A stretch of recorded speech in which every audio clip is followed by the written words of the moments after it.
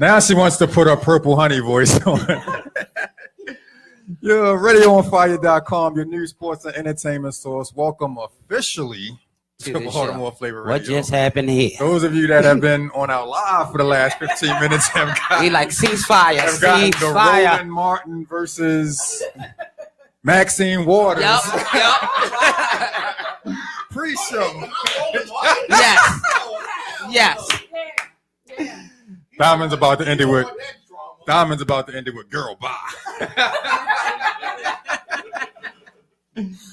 But yes, welcome to Baltimore Flava Radio. I'm your man, Mr. Antoine. To my 2 steps over, my sister Nina, the original party girl, is in the building. Nina, welcome. She has this dope Love House shirt on that I'm the referee. That I'm really trying to get. And in the middle, she's kind of bogarted and just said, "I'm co-hosting tonight, and if you don't like it." She the host. Oh yeah, she's actually the host the way that she's taking over the show. But my sister from just honestly one of my favorite people in Baltimore. I can honestly say one of my favorite people. Miss Ellen G is in the building. And my girl, Shy Lady Heron, has just walked up in the Queen building. of the Streets. Ooh. Queen of the Streets. And we have my girl, Jakia Jason. JJ. With her hair and the shirt matching. Like, it literally, like, we are one. She has this we are one thing going on. And we're going to get right into it. We're not even going to play around. My man, DJ Joe Storm, is in the building holding us down on the music tip tonight. And while we have Ellen and Jakia here, I say, you don't think you can do what? I was trying to adjust the camera. Oh. Yeah, y'all can huddle up. Just, I mean, no, we can't. Just Yeah, something like that. Just turn. That's why somebody sent you. That's what I be doing. Sit it on the You don't want to see me. Anyway, I don't want to be on camera. But anyway, unless, and I say this all the time, unless you've been literally living under a rock for the past 2 or 3 months, you have either seen about, heard about, read about some kind of way this great movement that we have going on coming up the first weekend in August. It's called Baltimore CeaseFire. # Baltimore Peace Challenge. And it's when I tell you something that's really had a snowball effect, this is like going downhill and just literally just getting bigger and bigger and bigger. We were talking a little bit earlier about how we had the interview Saturday on another show, and we had networks calling in, and interrupting our little small time, which was fine with me because they have a bigger agenda. But for the most part, most people, I won't say everybody, but a lot of people know about it. But I just want to kind of like get an update because when this was first announced a couple of months ago, and we had E Wonder on, and were you here that night? And Jakia, it was in the very infant stages, and now it's like a grown ass man, really, right about now. So just talk a little bit about where we are, and what you guys have been doing since the last time you were here. Since you know what you talked about the last time you were here. Okay. Since the last time we were here, we have now gotten our flyers out. We have had a couple more community public meetings, and we have gotten great donations in. We've done a raffle, and we've done plenty of interviews. Plenty. We're on a war. Every time I turn on something, one of y'all is on. So Baltimore CeaseFire, for those of you who don't know, was an idea that was born between Ogun and E Wonder, and it actually came together. I think our first public meeting was May the 9th. And so the idea is nobody kill anybody. August the 4th, so 12:01 a.m. Friday, August the 4th through 11:59 p.m. Sunday, August the 6th. And one of the goals for the CeaseFire is to create an experience in Baltimore where we celebrate life. So the idea behind it is to have fun events, to organize fun events, to do things in your community. You don't necessarily have to, it doesn't have to be something really big. You can call your people over for the weekend and have some beers and some crabs. It can be something as small as that, or you can do something as big as organize like a neighborhood cleanup or something like that. So celebrating life and having life affirming events is the goal for that weekend. And yeah, so we got t-shirts. T-shirt sales is popping. T-shirts for $10. We actually have our next public meeting tomorrow. Why are you laughing? Because I didn't have any gray sneakers to match my shirt, so I had to go out and buy some sneakers when I rock. You know, because you got to be coordinated. Yeah, I got to coordinate. And tomorrow at 7 p.m. at Greenmount Avenue, 3333 Greenmount Avenue, a community mediation, 7 p.m. So we'll have T-shirts there also if people want to come to buy and to get more information. And we'll be organizing for people to go out into the streets next week because we are 1 week and 2 days away from the beginning of the ceasefire. I don't know if you guys saw this, but I put a post up earlier today because I have heard so many. I'm using the word naysayers for naysayers is a good word for just trying to keep the politically correct thing going. And I said people won't get involved with certain things unless it affects them personally. I see a lot of naysayers in regards to the hashtag Baltimore ceasefire for whatever reason. They will be the first ones on the news talking about we need to do something if it's a relative of theirs that gets killed. Yet when people are trying to do something, they either talk down on it or don't support. The life you saved that weekend could be your own or that of a relative. That is good. Wow. That is Barrel crabs. And no, that's not even a Baltimore thing. That's more of a. I'm gonna just rub my hand like this and say that's more of a color us thing. And just us though. But I don't care about. Well, so I think it's dangerous to say that it's an us thing when we see dissent in all communities. Yeah, but I care about my community more than I don't care about the white people that don't like Donald Trump right now. So I get it. I understand what you're saying. About that narrative that is just us. Okay, well, it really is not just us. It's a naysayer thing, right? Because you have naysayers, black, brown, white, yellow, girl, boy, old, big, young, big, little, right? fat, slim. Yeah, it don't matter. And when we were on Saturday, I wasn't able to put it out there because you're not allowed to say certain things on certain stations, but I can say it here. The 98 Rock situation really ticked me off. I was like, so basically it's okay, or it's to the point where we can make a joke about the fact that so many lives are being lost. But then at the same time, I said, thank you, 98 Rock, because you just gave a whole lot of people some information that they didn't know. So my question to you guys is, how have you handled, I mean, you already said when you came in that you were going to talk to. Well, how are you guys handling the negative that is coming towards you guys about this? So, Jakia, do you want to talk as a first-time novice about the experience? Yes, sure. Yeah. Okay, this is probably the biggest thing I've been a part of, and initially it was very overwhelming. Because to know that you're just trying to stop violence, that's all you're trying to do. And to hear people go against that and actually get combative and angry. And it's whoa, I had to go back to the squad wait, this just happened. What do we do? And it's just amazing that, we're trying to do something positive and that anybody would actually object to what we're doing. So, but we're learning to just let it go. I mean, we still have to do what we have to do. So. Right. So the idea, I mean, I don't think that there's ever been a situation in the human experience where you get 100% agreement about anything anyway. Right. So we know that there are going to be people who have opinions about how things can be done better. And people who have criticism. And I always say to people that I welcome criticism because there are some answers in there.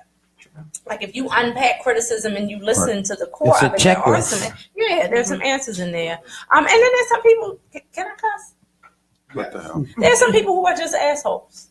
They literally, that's the only way that they know how to get attention. Mm-hmm. And so they Make it do about what they do. They themselves. make it about themselves. I know E and Jakia was waiting for a certain individual to walk in on Saturday. Ooh. And ironically, out of all of the Saturdays, that was the one time where he wasn't an hour early. Where were you Ironic. Saturday? We- Yeah, you keep talking Saturday, 98 Rock. What happened? I co-hosted on Must Be the Music Radio Show, WFBR. And there's a certain guy who's been like a major AM in Glen Burnie. So there's like a guy, and I'm not going to say his name because we're not giving him any. No shine. None. There's a guy who has been like 46. a major critic. He's what she said. Yeah, pretty much. And Big he time. has a show that comes on at 1:00. Now the show that I'm on goes from 11 to 12, but he always, and I've been on that show probably 15, 20 times now. Usually gets there an hour early. But maybe he knew what he might No, he didn't know. I don't think so. No, We he still didn't bumped know. into him. We Yeah. still bumped into him. And Yeah.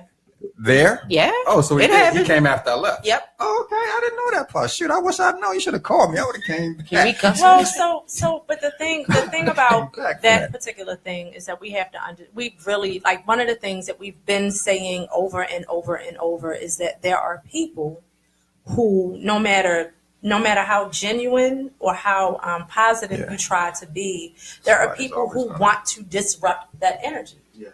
because they are uncomfortable. So there is this, you achieve equilibrium in peace. You achieve a certain level of calm in peace. And that makes some people uncomfortable because people are used to drama. They're used to, and people mistake drama for excitement. So I think it's a natural thing for human beings to want to be able to experience excitement, but we've confused drama for that, which is why we spend so much time and energy on the things that we spend it on. So they're like, well, if we stop killing in the community, like, what's going to happen? Because they're so used to, and even though it's an uncomfortable thing to get used to, that's all they know. Change. So we're talking about changing something, changing a culture, changing the way that Baltimore interacts with Baltimore, and people don't like that. And it's confusing to us because we like, well, do you want people? Right. I read a comment where somebody said, I would love to see this fail. No. Did they I give an read a explanation comment- for that? No, the comment was, I would love, because I'm not going to engage you in that because I don't know if you're a troll. Do you think that they meant? That. It doesn't matter. Like, If we fail, somebody dies. No, I mean like. what would you mean? What's the how There's can no you positive how can you spin make on that nothing. positive? There's no positive Like, spin. I would love to see this fail. Like, this gotta work. Like, maybe, No, because there's Right. right sarcasm doesn't read well, It but doesn't. because we know that it doesn't read well, you wouldn't say that Right. without context. That's it. That's They it. typed, "I would love to see this fail." Yep. That's it. So But I have heard people speak negatively as well, and I don't understand it other than the fact that they just don't see how this something. Why didn't somebody think of this before? And I think this is kind of like it's so much of a common sense thing. well, a ceasefire, like Yeah, it people have called frustrates people. ceasefires in Baltimore City plenty Yeah, of it says times. Not like this. Well, so part of the strategy is that instead of me, LNG, saying, I think we should have a ceasefire, it was, hey, Baltimore, don't you think we need to have a ceasefire? And Baltimore City responded to that. Yeah, you know what, you're right. We do need a ceasefire. So it wasn't, oh, the mayor said y'all need to stop killing each other. It wasn't the police commissioner said, John. It was Baltimore people and you, all of us saying, yeah, we need to stop killing each other. And that's a different energy than somebody telling you Right. that you need to stop killing other people. Have they been receptive? Who is they? Some of the folks The community? No, some of the higher ups. So we haven't strategically reached out to them or what's the word, Jakia? Like targeted them. Everybody got the same message. Yep. So everybody in Baltimore got and continues to get the same message. Why didn't you target them? For what? They're citizens of Baltimore just like Yep. we It's are. about all the citizens, Baltimore in general. I actually think that they would have probably been able to be more helpful too. But if they wanted to, That's then if they they would. wanted to. They just like we saw them and like come Yeah. on the show and talk about them. They Yeah. seen them. But There are probably some. like, we got so much going on. I didn't even know. That's why we have so much But going we on. did. That's why we we did have. tell We them. told everybody. got The press press release. release. The press release Everybody went out got to. it. Oh, it was a the press release. Went It was out a press to release. Everybody. I've heard what's the spokesman's name? PJ. T.J. Smith. I've Yeah, heard that's a him. diss. It's on PJ. I didn't know. That's The why I press asked. release went She out always to talks about everybody. So if the press release went out to everybody, all the news, everybody got the Everybody. same message. So and that was part of the strategy also. I personally don't want it to be a thing where the citizens of Baltimore decide that we are going to do whatever it takes for us to stop killing each other. And then all of a sudden, because the mayor or the police commissioner or somebody who is a public figure gets behind it, That changes the and tone. then it changes the tone. Like, no, Because it's this not is- from us. It's always been about us. And there's a certain amount of personal power that I believe that we forgot that we had. Yes. We forgot what it was like when community comes together and makes a decision that, okay, it's been too much for a long time. This is absolutely enough. And, there's empowering people is part of the way that we help to, instead of managing violence, to solve the violence problem. And professionally, for certain people to align themselves publicly with the movement, that's not their job. They're not in the business of saving lives. That's going against Let's be the clear. agenda. Let's All be right. That is a clear. part of that plan. I think when I was talking about the Baltimore CeaseFire, in every party, every event, everything I've done for the last, I don't know what, I take a minute and I talk to them. And it's given in a positive vibe. So I kind of don't give you room to be negative because how I'm giving it to you. We as people fail to believe that we are worthy. Yeah. That's a part of the root. So if you don't think you deserve the best, you can't comprehend Wow. how you going to get it. So Yeah. as soon as I heard that, I was like, that is huge. And they about to take a bite. If you never start eating, you'll never finish your plate. Come on. She preaching it. Never, ever. Free message. Ever. What like the criticism that I've heard people say. Can I ask you? Yeah, go Okay, ahead. so they say, okay, you want to do this for the weekend, but what about Monday? What about Thursday? We're more Right. aware. What about Right. next Wednesday? So they focus on the fact that, okay, you freed up then and you just move it to another I time. mean, How does that help? they're not saying if you got a beef on Friday to hold off until, you wake up on Monday morning and then go Right. shoot the person. Exactly. Right. That's not what it is. You got to kind of like create that culture. Right. And so people, the average murder occurs in Baltimore. So it's, I think, once every 19 hours that somebody dies in this city. So that's once every 19 hours that somebody experiences what it feels like to take a life. And as a community and as a city, what would it mean to us if we collectively decided to pause? We've never proclaimed that the ceasefire is the solution. It's a goal that we set for ourselves as a city to be able to achieve. Can we do this? Because if we can get through 24 hours, we can get through 48. If we can get through 48, we can get through 72. But getting through that weekend, creating space to have conversations about what it means to murder people and what it means to lose loved ones. Because it's not just about, go out and have fun and party that weekend. We're also asking people, when you're giving people flyers, talk to them about what it is that they need. Like, why y'all out here at 2:00 in the morning? And you find out a lot of stuff about people. There's a woman that I know who works in East Baltimore, and I did not know this. She told me, I think 33% of the children that you see in East Baltimore out in the streets are homeless. 33%. So when we see kids out at 11:30, 12 o'clock at night, we just think they wild and don't Where your like mother? care about them. Where your mother? Where Yeah. your parents? But they're homeless. And that right there creates a different level of compassion and empathy for people. You know what I mean? Like, so that's part of the joy and it's part of the beauty of the ceasefire, because we're not just telling people, put your guns down for 72 hours.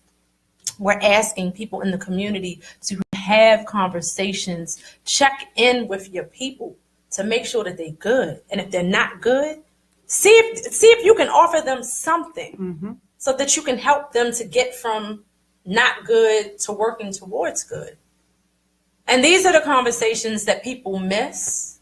These are the small but very large points about the ceasefire that people don't get because they hear it and they're like, oh, that's dumb. You telling people don't kill nobody for 72 hours, so what's supposed to happen Monday? Well, Monday, ceasefire 365 begins. All right. And if I can add before that, which you probably don't even know, or maybe, you all have started this conversation a couple of months ago. You have already saved a life just by starting the conversation. If you just turn one person into another way of thinking, you've done your job, period. So we keep having these conversations, like you say, check on your people. It started already. It will never be the same because we're more aware. Never be the and same. it's our responsibility to take care of our community. It's our responsibility. It's no one else's but our own. So I'm glad we're here. I can't get into the negative because for me to stay focused on what the positive is, there is no negative. It's already worked. You already saved a life. You're going to save another life. We're going to remember this. We're going to continue the conversation. So it just goes on and on. And it's going we have to be accountable. Far after that Sunday. So in that mindset, there is no failure because you already won. You already won. You already won one. And I've said probably every time that I've talked to you guys, I said the one thing that we have to remember is that in a perfect world, that weekend is going to be, you know what I'm saying? Right. But we live in Baltimore. Right. So we know that despite all of the efforts that everyone is making, the reality is that something very, very well may happen that weekend. Right. That doesn't make the efforts a failure. Exactly. Not at all. You know what I mean? Exactly. Right. Because for every one person that might, lose their life that weekend, there could also be another situation where somebody was like, and was like, hold up, I'm not supposed to do this weekend. Right, Hold up, right, they right, said right. that girl with that nub told me don't kill nobody this weekend. You know what I'm saying? So honestly, so that's the mindset. Their language. Right. So that's the mindset that we have to understand. We know what a perfect world would be, but we also have to know what our reality is. Right. But that doesn't mean that your effort is going in vain, and that doesn't mean that you're not affecting someone in a positive way. And at the end of the day, that's all it's about. Baltimore is being lifted in love right now. Absolutely. And not because any of the higher ups decided that it was time. Right. Like we as a community remembered who we were. We are remembering who we are. Yeah. And no matter what I say it and I'll keep saying it, like y'all, the world is watching Baltimore. Absolutely. Like it's not a mistake that we have people donating from Portugal. Right. You know what I'm saying? It's not a mistake that we have people from Russia talking to us. Like CNN called us. I was about to say, and it's not a mistake that CNN is calling, and it's not a riot going on. Exactly. Or, the police didn't kill anybody. Right. They're calling because it's a positive thing for a change. And so y'all, Baltimore, like the world is literally watching us right now. And we'll be watching us through August the 6th to see what's happening. So, bated breath. 2018. They're going to be waiting for something. But this is what we're going to do. We're going to take a break. And we're going to get into some music with DJ Joe Storm. Go ahead. Today's broadcast is brought to you in part by the upcoming reality show, Chase the Dream Baltimore. See a group of fresh, talented artists with personalities as strong as their rhymes navigate through life, love, and the entertainment business. Who will rise to the top while they chase the dream? Visit Facebook.com/Chase the Dream now. All right, so we're going to take a quick break and we're going to turn this over to my man, DJ.